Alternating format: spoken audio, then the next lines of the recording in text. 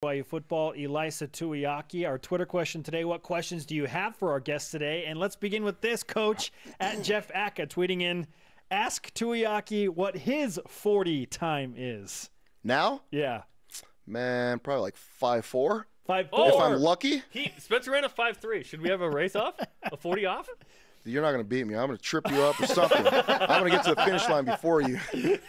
What was your peak, 40 time in your heyday? As a player, right, you're like, dude, I'm like a 4.5.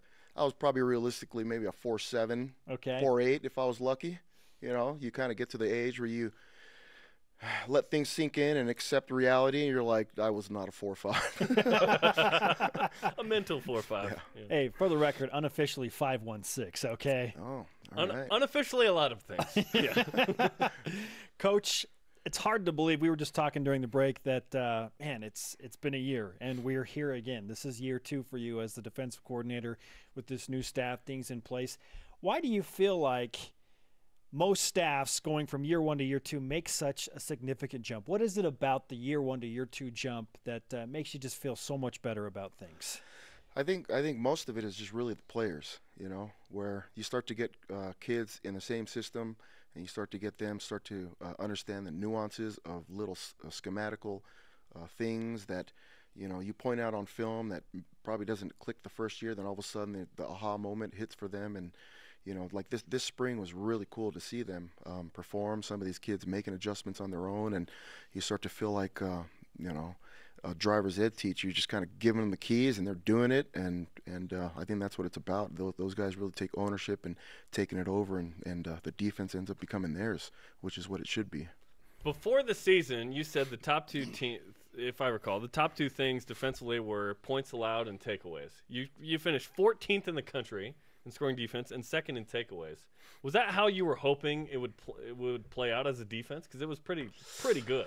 Yeah, I thought that was good. The kids did a great job, and I always want to make sure that we give them the credit, because you don't see any of us old guys making tackles. It's them doing it, them making the plays, and them making the corrections, and they did a really good job. The emphasis obviously was on getting takeaways and limit them to the amount of possessions they have will obviously limit the score, and so they did a really good job. But yeah, the focus continues to stay on that, because I think those are the 2 stats that matter the most. The numbers obviously good, as we just pointed out from last year. What would a step forward look like for the BYU defense this year, coming off a season where you got numbers that were pretty favorable? I think it's just making improvements every single week, and it's hard to say how a game will end up being. Obviously, we go in hoping and planning to win every single game, and nobody goes in planning to lose or anything like that. But we plan to continue to play great defense, to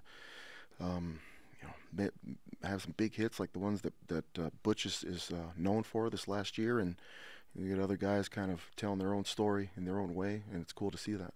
Lots of playmakers back. Let's talk about some of the question marks about a guy like Kai Nakua, who is with the Cleveland Browns right now. Who are some of the guys that could potentially play in his spot? You get Micah back, at the safety spot, which is always good to get some guys who played in the system, and then some of the other guys that had reps, like Tanner Jacobson. You get some of the young corners that might potentially play there, being in the same system and understanding it. I mean, those guys you expect to step up and play, and so you never really talk about replacing a guy or letting somebody come in. I mean, Kai was Kai. He was really good at what he did, a good player, a great kid, but Tanner had a really good spring, and I know I'm probably missing some names. Zane Anderson, really good spring as well. So there's some guys that will step up and create their own stories as they go. Yeah, not Tanner Mangum had a good spring. Tanner Jacobson had a good spring. Tanner Jacobson. There's more than one Tanner on this football team. You have a Tanner on your side of the ball to worry about. Absolutely. 9 of the 10 coaches on the staff graduated from BYU. You're the one guy that has a different school next to his name. Now, how do you use that as leverage or to kind of set yourself apart from the other coaches?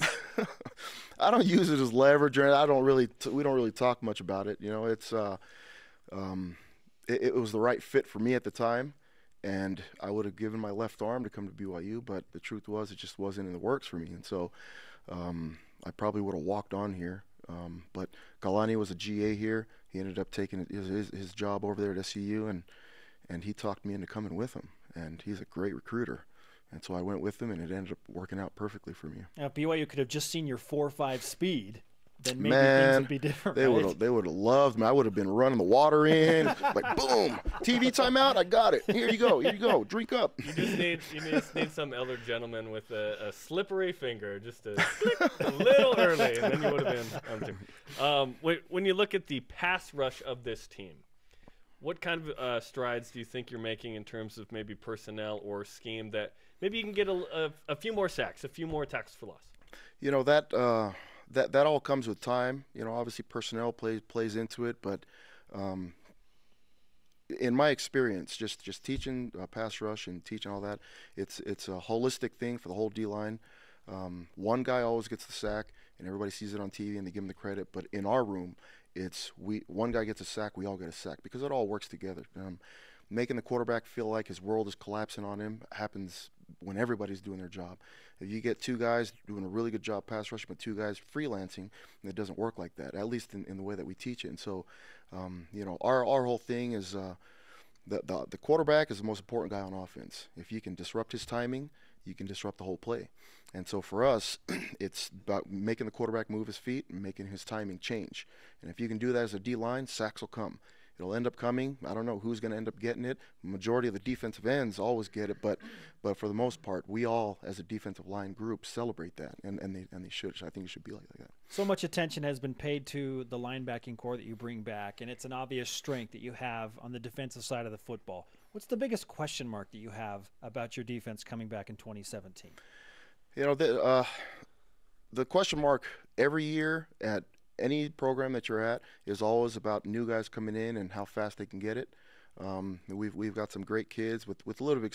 So the thing is, we've got some experience at the D tackle spot, but they're not as experienced as Logan Taela and losing Travis Tuloma. But you know, Tevita Mounga at the D tackle spot is probably is where we're focusing the question. Is that you got a lot of good defensive ends coming back. The backers come back. The DBs are all intact, and you lose Kai, but another one of those guys come in. And so at the D tackle spot, who ends up being, you know, the guys.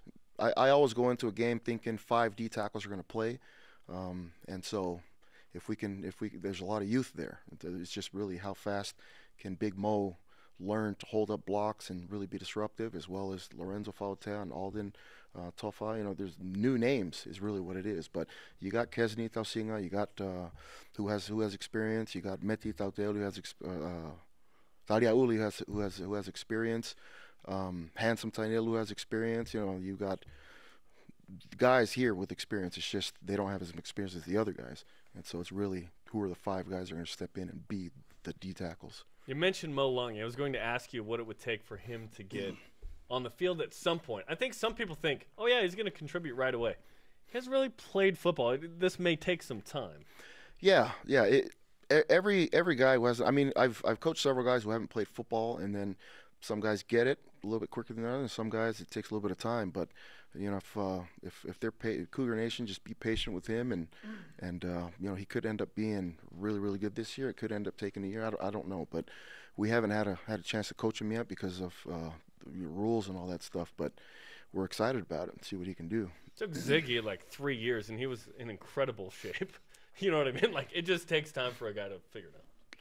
Elisa Tuiaki, the defensive coordinator for BYU, with us on BYU Sports Nation. Let's take a look at the schedule. Obviously, you start early, August 26th in 0 week against Portland State, and then shortly thereafter we have games that we are looking at that Jerem and I on BYU Sports Nation have dubbed the Furious Five. Okay, LSU, Utah, Wisconsin, Mississippi State, and Boise State. We think there's a distinction between these 5 and the other 8. You don't have to say that. We're saying it. We can offer our opinions and do things like that. How much do you focus on the entirety of the schedule at a point like this on June 23rd compared to just Portland State on August 26th? You know, it's hard to just say that we're not focusing on the other ones. I mean, it's obviously they're there and we're excited about it. It's a tough schedule. That's what we want.